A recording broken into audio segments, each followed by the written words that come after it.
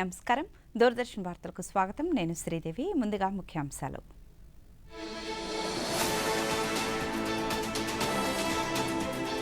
పశ్చిమాసియాలోని సంఘర్షణను ముగించేలా అమెరికా ఇరాన్ల మధ్య కుదిరిన అవగాహనను స్వాగతించిన ప్రధాని నరేంద్ర మోదీ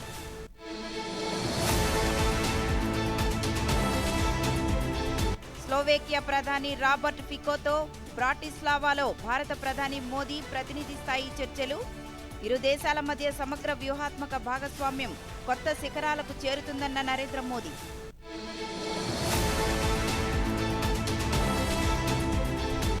ఆంధ్రప్రదేశ్లో పట్టణాల సుస్థిరాభివృద్ధికి సహకరించాలని సింగపూర్లోని యుఎన్ హాబిటాట్ను కోరిన ముఖ్యమంత్రి చంద్రబాబు నాయుడు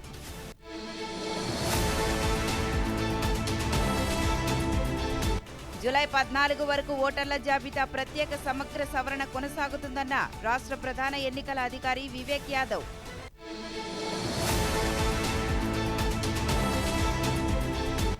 రాష్ట్రమంతా విస్తరించిన నైరుతి రుతుపవనాలు. ఇక వివరాలు.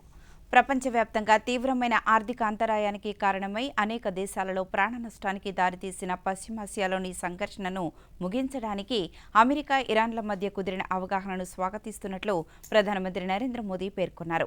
ఈ అవగాహన అమలుతో పశ్చిమాసియాలో శాంతి స్థిరత్వాలను పునరుద్ధరించడం, స్వేచ్ఛ నౌకాయానం, వాణిజ్యానికి భరోసా కల్పించడంలో ఈ పరిణామం సహాయపడుతుందని భారత్ విశ్వసిస్తోందని ప్రధాని సామాజిక మాధ్యమం వేదికగా పేర్కొన్నారు.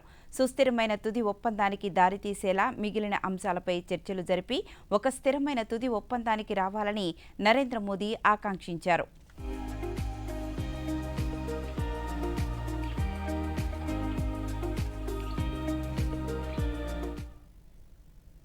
భారత్ స్లోవేకియాల మధ్య సమగ్ర వ్యూహాత్మక భాగస్వామ్యం నూతన శిఖరాలకు చేరుతుందని ప్రధానమంత్రి నరేంద్ర మోదీ పేర్కొన్నారు. స్లోవేకియా పర్యటనలో భాగంగా ఈరోజు బ్రాటిస్లావాలో స్లోవేకియా ప్రధానమంత్రి రాబర్ట్ ఫికో ద్వైపాక్షిక చర్చలు జరిపారు. అనంతరం ఇరువురు నేతలు సంయుక్తంగా నిర్వహించిన మీడియా సమావేశంలో నరేంద్ర మోదీ మాట్లాడుతూ భారత్ స్లోవేకియా సంబంధాలలో కీలక పాత్ర పోషించినట్లు తెలిపారు. భారత్ ఐరోపా సమాఖ్య ఒప్పందాన్ని ఖరారు చేయడంలో ఆ దేశం అందించిన సహకారానికి కృతజ్ఞతలు తెలిపారు. ఇరు దేశాల పరిశ్రమలు, స్టార్టప్లు, వ్యాపార సామర్థ్యం గరిష్ట ప్రయోజనం పొందేలా కార్యాచరణ అమలుకు కృషి చేస్తామన్నారు. భారతదేశపు ప్రాచీన ఉపనిషత్తులను స్లోవాక్ భాషలోకి అనువదించడం సాంస్కృతిక సాన్నిహిత్యానికి అద్భుతమైన ఉదాహరణగా పేర్కొన్నారు. अवसर पर हमने अपने संबंधों को कॉम्प्रिहेंसिव पार्टनरशिप का दर्जा देने का निर्णय लिया है. यह हमारे साझा विश्वास, साझा प्राथमिकताओं और साझा भविष्य का प्रतीक है. टेक्नोलॉजी हमारी भावी साझेदारी का महत्वपूर्ण स्तंभ है. डिजिटल टेक्नोलॉजी पर आज किए गए एमओयू इसे डिजिटल पब्लिक इंफ्रास्ट्रक्चर में सहयोग की नई संभावनाएं बनेगी. दोनों देशों के बीच गहरे सांस्कृतिक और पीपल टू पीपल टाइज हमारे संबंधों को मजबूत आधार प्रदान करते हैं. भारत के प्राचीन उपनिषदों का स्लोवाक भाषा में अनुवाद किया जाना हमारी सांस्कृतिक निकटता का उत्कृष्ट उदाहरण है. स्लोवाकिया में रह रहे भारतीय मूल के लोग यहां की इकोनॉमी और सोसाइटी में महत्वपूर्ण योगदान दे रहे हैं. दोनों देशों के बीच प्रोफेशनल्स और स्किल्ड वर्कर्स की मोबिलिटी बढ़ाने के लिए आज हमने लेबर माइग्रेशन पर భారతదేశంలో అత్యధిక కాలం ప్రధానమంత్రిగా కొనసాగుతున్నందుకు ప్రధానమంత్రి నరేంద్ర మోదీకి స్లోవేకియా ప్రధాని రాబర్ట్ ఫికో అభినందనలు తెలిపారు. బ్రాటిస్లావాలో నిర్వహించిన సంయుక్త మీడియా సమావేశంలో రాబర్ట్ ఫికో మాట్లాడుతూ భారతదేశంలో వైవిధ్యభరితమైన రాజకీయ పరిస్థితులు ఉన్నప్పటికీ వరుసగా 12 ఏళ్ల పాటు ప్రధానిగా సేవలందించడం రాజకీయాలలో అద్భుతమన్నారు.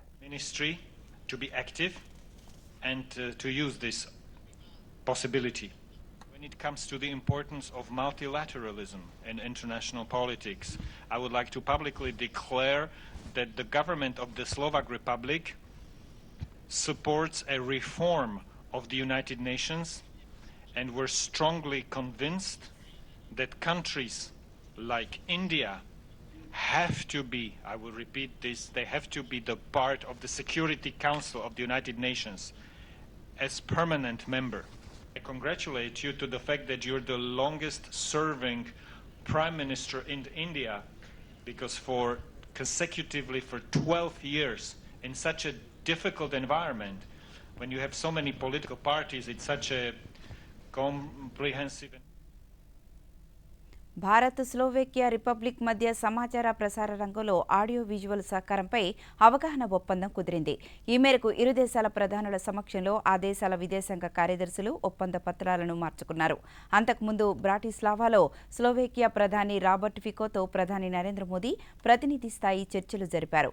చర్చల అనంతరం డిజిటల్ టెక్నాలజీ, కార్మిక వలసలు, ఉన్నత విద్య, పరిశోధన, ఆడియో విజువల్ రంగాలలో సహకారం కోసం అవగాహన ఒప్పందాలను పరస్పరం మార్చుకున్నారు. కోసిస్ టెక్నికల్ యూనివర్సిటీలో ఆర్టిఫిషియల్ ఇంటెలిజెన్స్లో మొట్టమొదటి చైర్ను భారత్ ఏర్పాటు చేయనుంది. ఈ మేరకు ఇరు దేశాలు అంగీకరించాయి.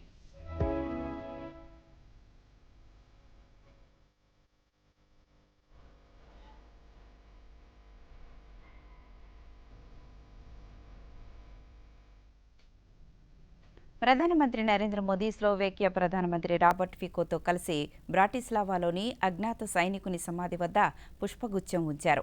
రెండవ ప్రపంచ యుద్ధ సమయంలో స్లోవేకియా విముక్తిలో కీలక పాత్ర పోషించిన వీర సైనికులకు నివాళులర్పించారు. ఈ స్మారక చిహ్నం దేశభక్తి, ధైర్యం, త్యాగం, స్వేచ్ఛ కోసం తమ ప్రాణాలను అర్పించిన వారి చిరస్మరణీయ స్మృతికి ఒక శక్తివంతమైన ప్రతీకగా నిలుస్తుంది.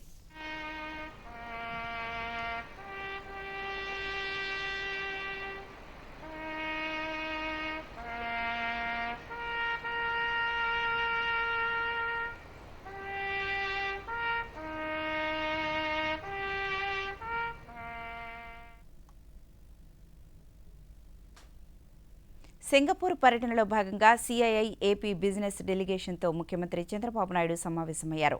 ఆంధ్రప్రదేశ్కు చెందిన పలువురు పారిశ్రామికవేత్తలు ఈ సమావేశంలో పాల్గొన్నారు. ఈ సందర్భంగా ముఖ్యమంత్రి వారితో మాట్లాడుతూ తెలుగు రాష్ట్రాలకు చెందిన పారిశ్రామికవేత్తలు ప్రపంచంలో అనేక చోట్ల తమ వ్యాపార కార్యకలాపాలు నిర్వహించడం రాష్ట్రానికి గర్వకారణమన్నారు. మారుతున్న కాలానికి అనుగుణంగా అవకాశాలను అందిపుచ్చుకోవాలని, నేటి టెక్నాలజీ యుగంలో కొత్త ఆలోచనలు చేయాలన్నారు. రానున్న రోజుల్లో రాష్ట్రం తరపున విదేశీ పర్యటనలో పారిశ్రామికవేత్తలను భాగస్వాములను చేస్తామని ఈ సందర్భంగా ముఖ్యమంత్రి స్పష్టం చేశారు.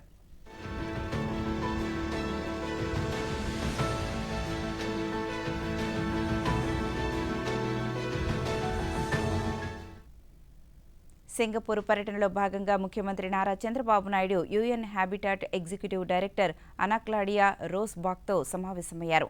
ఆంధ్రప్రదేశ్లో UN Habitat centre of excellence ఏర్పాటు చేయాలని, అందుకు సంబంధించి భూమి కేటాయించేందుకు సిద్ధంగా ఉన్నామని ముఖ్యమంత్రి వివరించారు. యుఎన్ హ్యాబిటాట్తో సంపూర్ణ భాగస్వామ్యం కోరుకుంటున్నామని పేర్కొన్నారు. ఆంధ్రప్రదేశ్లో పట్టణాల సుస్థిర అభివృద్ధికి యుఎన్ హ్యాబిటాట్ సహకరించాలని ముఖ్యమంత్రి కోరారు.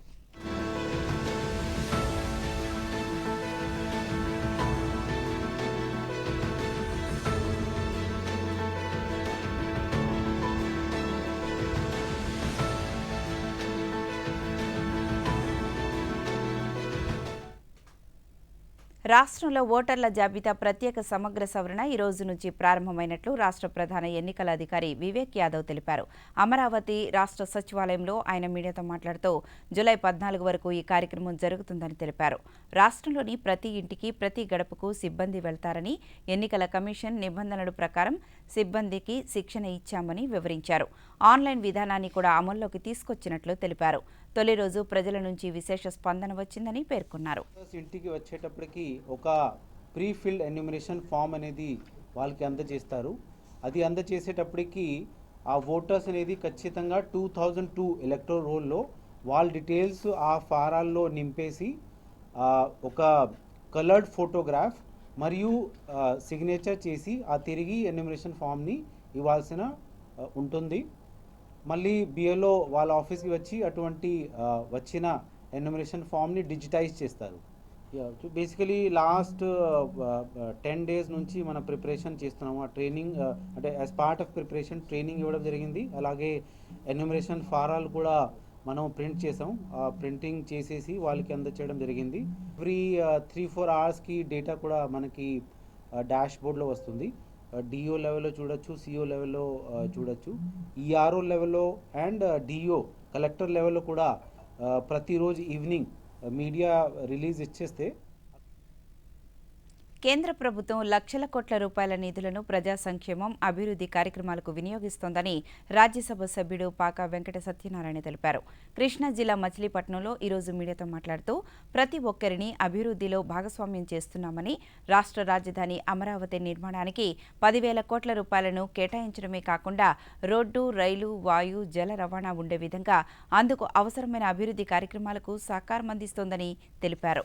చేయడానికి చట్టబద్ధత పార్లమెంట్లో కల్పిస్తూ రాష్ట్ర ప్రభుత్వం తీసుకున్న నిర్ణయానికి సంపూర్ణమైన మద్దతునిచ్చి దాని ఏర్పాటు కోసం కొన్ని వేల కోట్ల రూపాయలు అమరావతిని కన్ఫర్మ్ చేస్తూ మొట్టమొదటిదానికి మనం చరమగీతం పాడాం.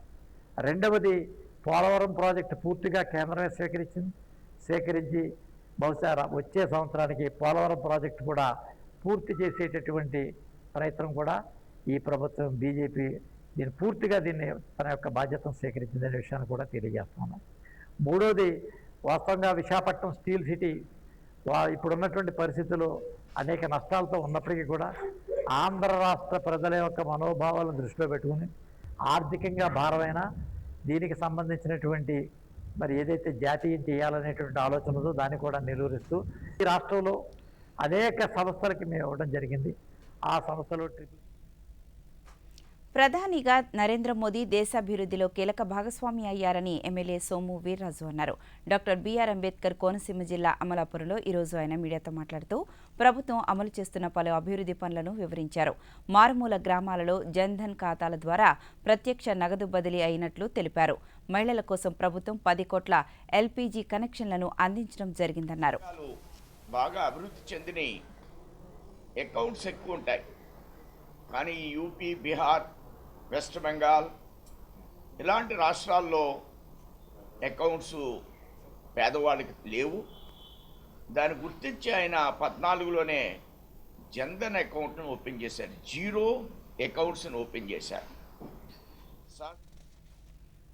దేశంలో నీలి విప్లవానికి సరికొత్త బాటలు వేస్తూ మత్స్యకారుల ఆర్థికాభివృద్ధి, చేపల ఉత్పత్తి పెంపే లక్ష్యంగా కేంద్ర ప్రభుత్వం ప్రతిష్టాత్మకంగా అమలు చేస్తున్న పథకం ప్రధానమంత్రి మత్స్య సంపద యోజన. ఈ పథకం అమలులో శ్రీకాకుళం జిల్లా రికార్డు స్థాయి ప్రగతితో రాష్ట్రంలోనే అగ్రస్థానంలో నిలుస్తోంది. సుదీర్ఘ సముద్ర తీర ప్రాంతం కలిగిన ఈ జిల్లాలో అధునాతన మత్స్య వనరుల పంపిణీ, సరికొత్త ఫిషింగ్ హార్బర్ నిర్మాణం మత్స్యకారుల ఆర్థికాభివృద్ధిపై ప్రత్యేక కథనాన్ని ఇప్పుడు చూద్దాం. శ్రీకాకుళం జిల్లాకు ప్రకృతి ప్రసాదించిన అతిపెద్ద వరం 168 కిలోమీటర్ల పొడవైన సుదీర్ఘ సముద్ర తీర ప్రాంతం. జిల్లాలోని 11 తీర ప్రాంత మండలాల పరిధిలో దాదాపు 60 మత్స్యకార గ్రామాలు విస్తరించి ఉన్నాయి. ఇక్కడ ఫిష్ ల్యాండింగ్ సెంటర్ల సంఖ్య ఎక్కువగా ఉండడంతో పాటు చేపల ఉత్పత్తి కూడా రాష్ట్రంలోనే అత్యధికంగా నమోదవుతోంది. చేపలు, రొయ్యల సంతానోత్పత్తి కాలాన్ని పరిరక్షించేందుకు ప్రతి ఏటా ఏప్రిల్ 15 నుంచి జూన్ 14 వరకు సముద్రంలో మోటరైజ్డ్ పడవల వేటపై నిషేధాన్ని అమలు చేస్తున్నారు. ఈ నిషేధ కాలంలో ఉపాధి కోల్పోయే మత్స్యకారుల సంక్షేమం కోసం జిల్లాలో 16,000 మందికి పైగా అర్హులను గుర్తించారు.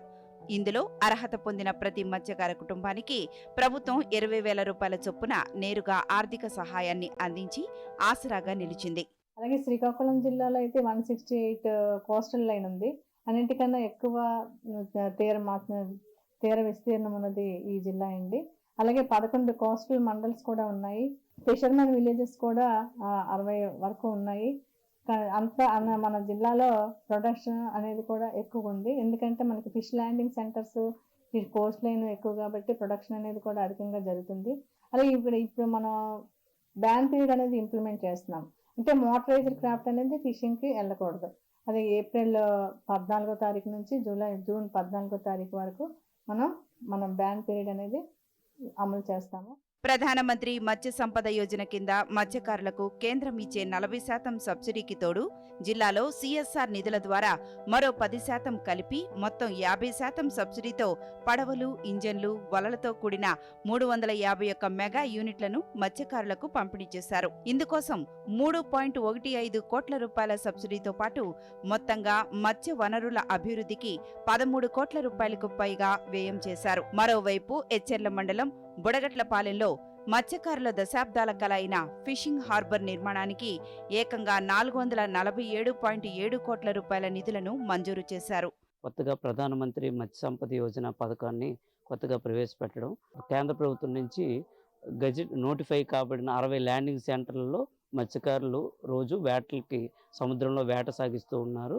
అలాగే సుమారుగా 4000 పైబడి ఎకరాల్లో చెరువులు, రైలు చెరువులు చేయడం జరుగుతోంది. అలాగే మా జిల్లాలో సుమారుగా 7800 మంది స్వదేశీ మత్స్యకారులు చెరువుల్లో, మేము డిపార్ట్మెంట్ ద్వారా ఇస్తున్న చెరువుల్లో చేపల పెంపకం గట్రా చేసుకుంటూ వారి యొక్క జీవనోపాధి సాగిస్తున్నారు. అలాగే నెట్ అయితే 70,000, ఇంజిన్ అయితే 85,000. ఇలా కట్టడం వల్ల ఫిషర్మెన్ అనే కమ్యూనిటీ వాళ్ళకి చాలా యూజ్ఫుల్ అవుతుంది. మత్స్యకార చాలా కుటుంబాలకు చాలా బాగా ఉపయోగపడుతుంది సార్. 40% సబ్సిడీ వస్తుంది నెట్, ఇంజిన్, బోట్స్ మీద. ప్రధానమంత్రి మత్స్య సంపద యోజన తెచ్చిన విప్లవాత్మక మార్పులతో శ్రీకాకుళం జిల్లాలోని గంగపుత్రుల జీవన స్థితిగతులు స్పష్టంగా మారుతున్నాయి. హార్బర్ కళ సాకారమైతే ఈ జిల్లా దేశంలోనే మత్స్య ఎగుమతులకు ప్రధాన కేంద్రంగా మారడంలో ఎలాంటి సందేహం లేదు. ఇప్పుడు ప్రకటనలో. పెద్ద కొడలా, ఇది నీ కోసం అమ్మా. దీనికి తొందర వచ్చింది? అరే చిన్న కొడలా, ఇదేమో నీ కోసం. ఇదిగో ఇది నా చిట్టి తల్లి కోసం. కానీ నాయనమ్మా, మీకోసం అంత తనదే. నా బ్యాంక్, లాకర్, ఫిక్స్డ్ డిపాజిట్ అన్నిట్లోనూ ఈవినేగా నామినీ చేశాను. రేపు నేను లేనప్పుడు డబ్బు ఈవిడికి సులువుగా లభిస్తుంది. శుభం పలకండి. ఏంటిది? ఆర్బీఐ అంటుంది, విషయాలు తెలుసుకోండి, జాగరూకంగా ఉండండి. తిరిగి వివరాలకు వెళ్తే, రాష్ట్ర ప్రభుత్వం ఏర్పాటై 2 సంవత్సరాలు పూర్తి చేసుకున్న సందర్భంగా మచిలీపట్నం రెవెన్యూ కళ్యాణ మండపంలో ఈరోజు అభివృద్ధి సంక్షేమం పేరిట విజయోత్సవ సభను నిర్వహించారు. ఈ కార్యక్రమంలో రాష్ట్ర గనుల శాఖ మంత్రి కొల్లు రవీంద్ర ముఖ్య అతిథిగా పాల్గొన్నారు. ఈ సందర్భంగా ఆయన మాట్లాడుతూ, కేంద్ర ప్రభుత్వ సహకారంతో రాష్ట్రంలో పలు అభివృద్ధి సంక్షేమ కార్యక్రమాలను రాష్ట్ర ప్రభుత్వం నిర్వహిస్తున్నట్లు తెలిపారు. ఈ నేపథ్యంలోనే మచిలీపట్నం పోర్టు నిర్మాణానికి నిధులు కేటాయింపులు జరిగాయన్నారు. జల్ జీవన్ మిషన్ పథకం ద్వారా మచిలీపట్నానికి కేంద్ర రాష్ట్ర ప్రభుత్వాల సహకారంతో 73 కోట్ల రూపాయలు కేటాయింపులు జరగడం శుభపరిణామమన్నారు.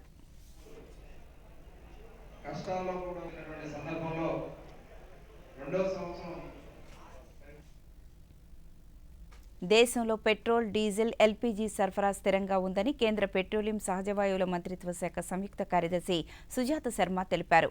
న్యూఢిల్లీలో ఈరోజు జరిగిన అంతర్ మంత్రిత్వ శాఖల మీడియా సమావేశంలో ఆమె మాట్లాడుతూ, ముడి చమురుల నిల్వలు తగినంత స్థాయిలో ఉన్నట్లు తెలిపారు. అయితే కొన్ని రిటైల్ అవుట్లెట్లలో అమ్మకాలు అసాధారణం కంటే అధికంగా జరుగుతున్నాయన్నారు. పారిశ్రామిక, వాణిజ్య వినియోగదారులు తమ ఇంధన కొనుగోళ్లను రిటైల్ అవుట్లెట్లకు మళ్లించడం వల్ల అమ్మకాలు పెరిగినట్లు వివరించారు. మే నెలలో 42 కోట్ల డీజిల్ అమ్మకాలు బల్క్ నుంచి రిటైల్ అవుట్లెట్లకు మారినట్లు వివరించారు.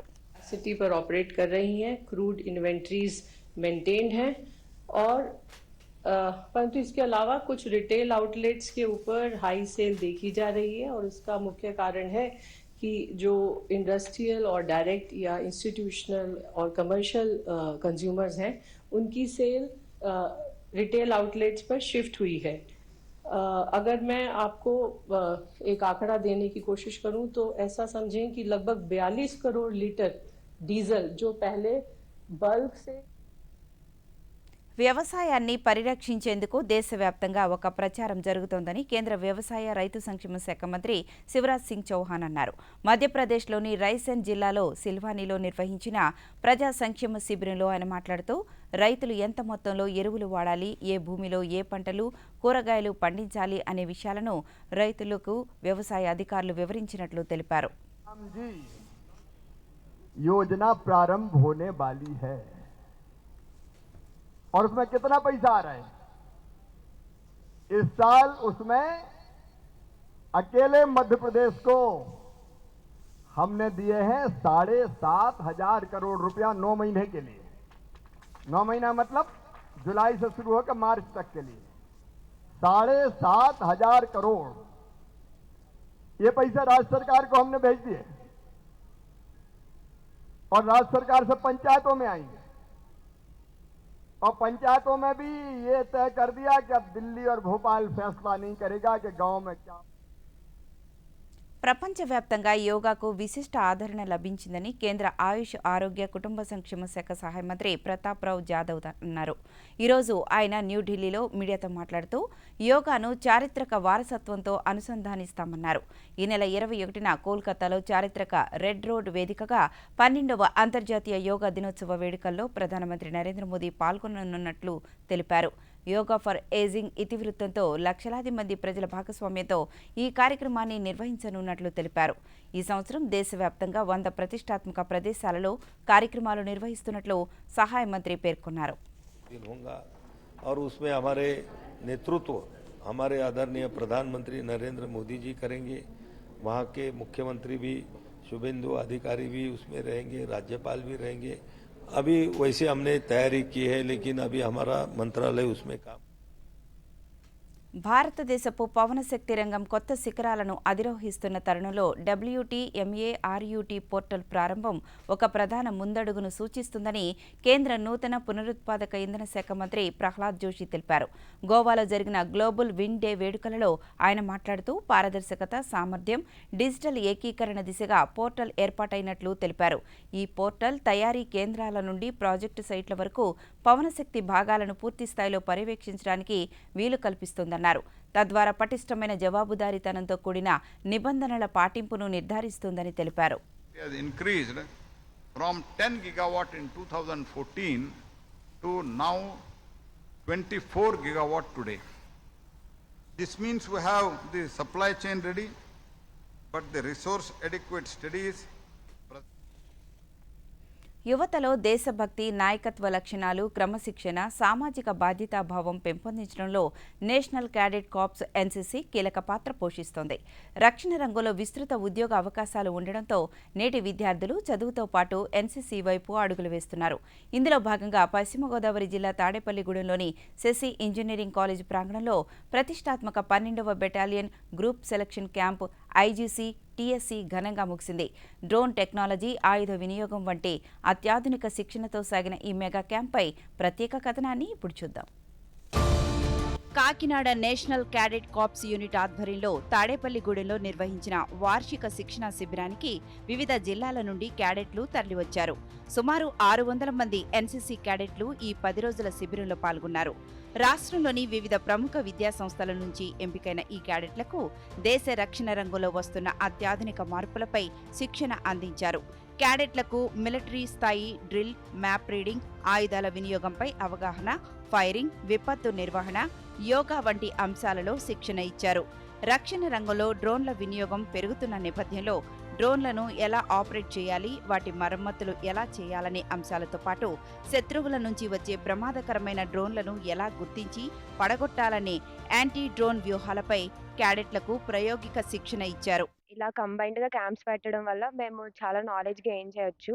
అలాగే నేను వచ్చేసి హెల్త్ అండ్ హైజీన్ ఈవెంట్ నుంచి వెళ్తున్నాను and obstacle training. Health and hygiene వల్ల ఫర్ సపోజ్ ఇప్పుడు ఎవరైనా కళ్ళు తిరిగి పడిపోయినా ఇలాంటివి ఏమైనా జరిగినా ఇమీడియట్గా యాక్షన్ తీసుకోవడానికి మాకు ఈ సబ్జెక్ట్ చాలా యూస్ఫుల్ అయింది. అండ్ ఆబ్స్టాకిల్ ట్రైనింగ్ వచ్చేసి ఫిజికల్గా అండ్ మెంటల్గా కూడా చాలా హెల్ప్ అవుద్ది. సో ఆబ్స్టాకిల్ యూజెస్ చాలా ఉన్నాయి.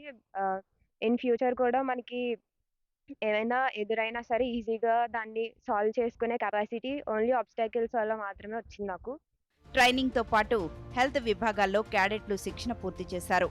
క్యాంపులో ఎవరికైనా శారీరకంగా లేదా మానసికంగా ఇబ్బంది కలిగితే తక్షణమే అత్యవసర చికిత్స అందించేలా క్యాడెట్లు నైపుణ్యాన్ని సాధించారు. To build good character and build good stamina and achieve a good goal.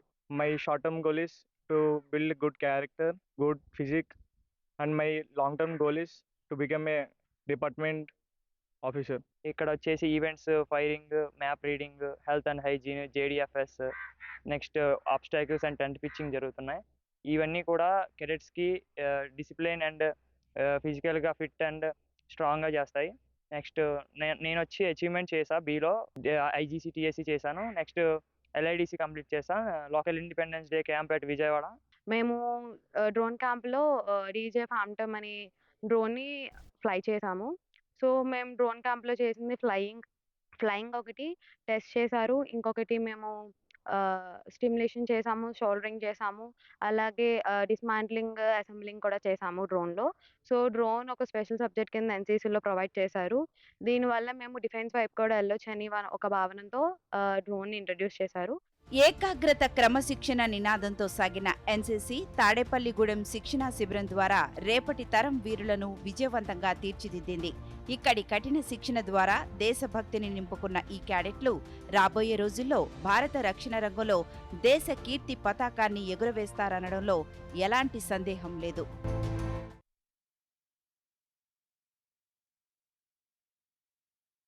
ఒక సమగ్ర సర్వేను ప్రారంభించనుందని గణాంకాల అమలు మంత్రిత్వ శాఖ డీడీజీ సతీష్ తెలిపారు. విజయవాడలో జాతీయ గణాంకాల శాఖ అధికారులకు నిర్వహించిన వర్క్షాప్లో ఆయన మాట్లాడుతూ దేశవ్యాప్తంగా గ్రామీణ, పట్టణ, అంతర్రాష్ట్రాలలో వలసలపై తాజా అంచనాలకు రూపకల్పన జరుగుతుందన్నారు. వలసలపై జూలై 2026 నుండి జూన్ 2027 మధ్య కాలానికి సర్వే నిర్వహించనున్నట్లు తెలిపారు. ఈ సర్వే ద్వారా వలసలకు గల కారణాలను అలాగే వలసదారుల ఉపాధి వివరాలను నమోదు జరుగుతుందన్నారు. Unicorn just 10 days back. 5 years back, we were dismal space economy. Today we are close to $9 billion US, and in next 1 decade we will be 40-45 billion because we started rising so rapidly. Chandrayaan 3 proved to the world that though we started off late, ప్రధానమంత్రి నరేంద్ర మోదీ, కేంద్ర ఆర్థిక మంత్రి నిర్మలా సీతారామన్లు ఒక పెట్టుబడి వేదికను సమర్థిస్తున్నట్లుగా ప్రచారంలో ఉన్న video నకిలీదని PIB fact check పేర్కొంది. 22,000 పెట్టుబడిపై రోజుకు 1,00,000, నెలకు 30 లక్షల వరకు రాబడి వస్తుందని ఫేస్బుక్లో జరుగుతున్న ప్రచారంలో వాస్తవం లేదని ఆ వీడియో ఏఐ ద్వారా రూపొందించిందిగా పీఐబీ వెల్లడించింది. డబ్బు పెట్టుబడి పెట్టే ముందు అటువంటి వాదనలను అధికారిక సమాచారం ద్వారా ధృవీకరించుకోవాలని సూచించింది.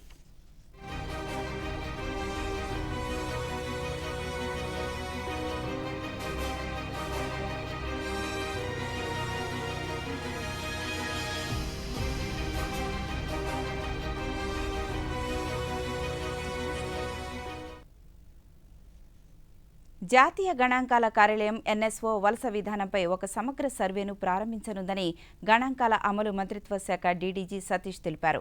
విజయవాడలో జాతీయ గణాంకాల శాఖ అధికారులకు నిర్వహించిన వర్క్షాప్లో ఆయన మాట్లాడుతూ దేశవ్యాప్తంగా గ్రామీణ, పట్టణ, అంతర్రాష్ట్రాలలో వలసలపై తాజా అంచనాలకు రూపకల్పన జరుగుతుందన్నారు.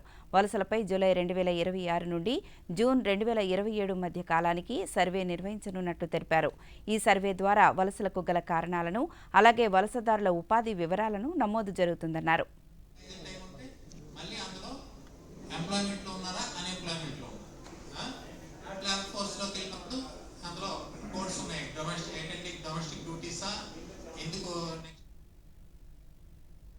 మధ్యప్రదేశ్లోని అలీరాజ్పూర్లో పండించే ప్రసిద్ధ నూర్జహాన్ మామిడి దేశంలో లభించే అనేక రకాల మామిడి పండ్లలో ప్రత్యేకమైంది.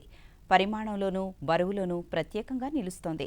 ఈ నూర్జహాన్ మామిడి అలీరాజ్పూర్ జిల్లాలోని కతివాడ గ్రామంలో ప్రత్యేకంగా కనిపిస్తుంది.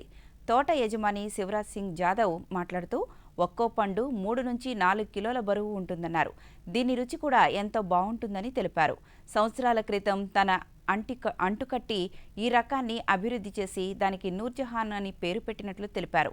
మామిడి సీజన్ రాగానే పర్యాటకులు, మామిడి ప్రియులు కత్తివాడ తరలివస్తారని తెలిపారు. इस वर्ष ये 3 किलो 3.5 किलो के बीच में रहने वाला है और मेरे बगीचे किसान और हमारे जिले किसान नूरजहान, ये करीब 1965 के करीब मेरे पिता श्री ठाकुर पवन सिंह यादव.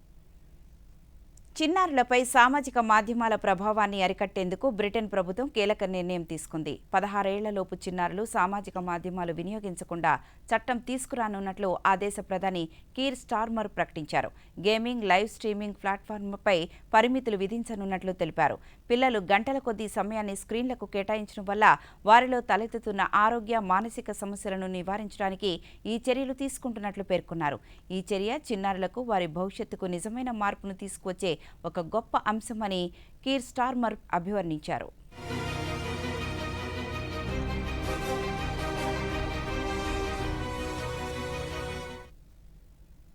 వార్తలు ముగించే ముందు ముఖ్యాంశాలు మరొకసారి చూద్దాం.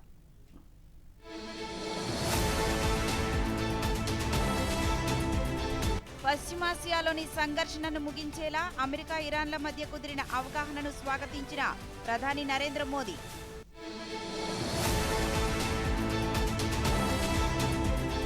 స్లోవేకియా ప్రధాని రాబర్ట్ ఫికోతో బ్రాటిస్లావాలో భారత ప్రధాని మోదీ ప్రతినిధి స్థాయి చర్చలు.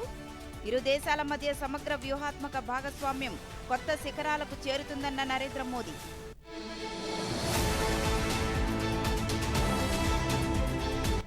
ఆంధ్రప్రదేశ్లో పట్టణాల సుస్థిరాభివృద్ధికి సహకరించాలని సింగపూర్లోని యుఎన్ హాబిటాట్ను కోరిన ముఖ్యమంత్రి చంద్రబాబు నాయుడు.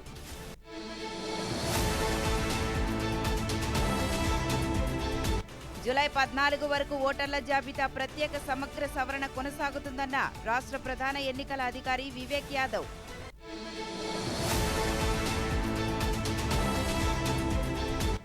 రాష్ట్రమంతా విస్తరించిన నైరుతి రుతుపవనాలు. ఈ వార్తలు ఇంతటితో సమాప్తం. నమస్కారం.